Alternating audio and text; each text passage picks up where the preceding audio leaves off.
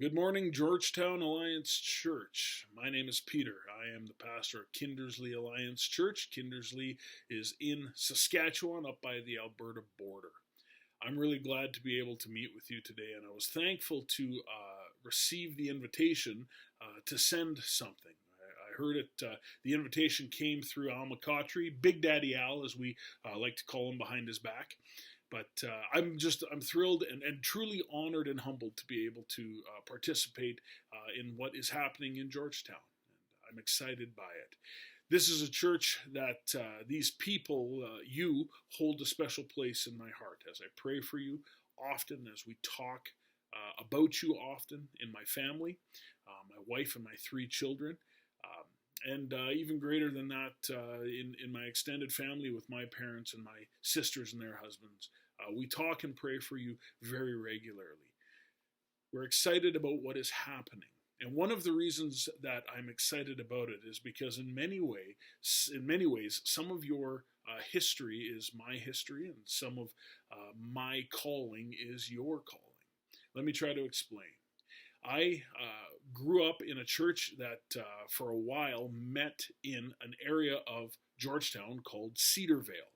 And I remember driving down a road over this, just a little pond or it was actually a little stream, but in my head it was much bigger. It was a raging river.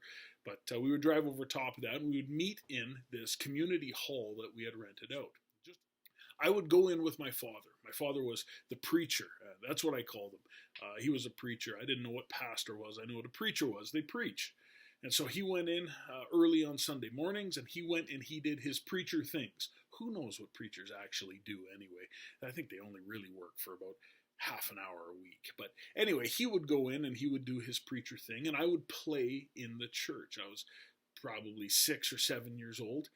And we would have Sunday school downstairs, and we would have church upstairs. And to me, it was a wonderful, wonderful place. And I would go in and I would pretend that I was the preacher, and I would pretend that I was my father. And so we had an overhead projector, and he had his sermon notes on that overhead projector. And I would take his sermon notes and I would pretend that I was the preacher. And I thought I was by myself. There's this one time in particular that my mind goes back to, where I was doing my best preaching, and I was preaching into a microphone that was off, and the overhead projector hadn't been plugged in yet. But boy, I was really going at it, and I was just involved in my own imaginative world, thinking I was alone. When I looked up, I realized that there were 2 people, a man and a wife, a senior gent and his wife, that were in the sanctuary. And they were looking at me, and they were truly beaming. They were excited to see me practicing and learning and really just playing. And I was embarrassed. And so I ran off away from where the podium and the overhead was, and I ran and hid somewhere. But I look back at that time, and I very seriously remember the beginning of my calling that started right there, when what I didn't see was the face of people who were saying, "Get off the stage, go sit down, go be quiet, we have serious stuff to do." But rather loving and kind people and truly gracious people. They had every right to push me off stage, but they didn't. Instead, they were encouraging me, and I think they were amused, but that's just in hindsight. And although I was embarrassed, there was a seed planted oh so deep inside of me. The seed was the question, am I supposed to do this? I probably couldn't have articulated that at that moment, but going forward, I would ask that question many times, and I would ask that question to people, and people I trusted, godly men and women. Do you think I should be a preacher? My dad was a preacher. Should I be a preacher? And that's a big story. I'd love to tell you that story sometime. And maybe if next time I get to Ontario, and I promise you will, I'm coming to Georgetown Alliance Church. I'd be excited to do it. And we would even get the McCautreys to put on a full spread for us. We'd have brisket, we'd have baked potatoes, all this stuff. I promise when we come, we'll do that. You up for that, Al? Big Daddy Al?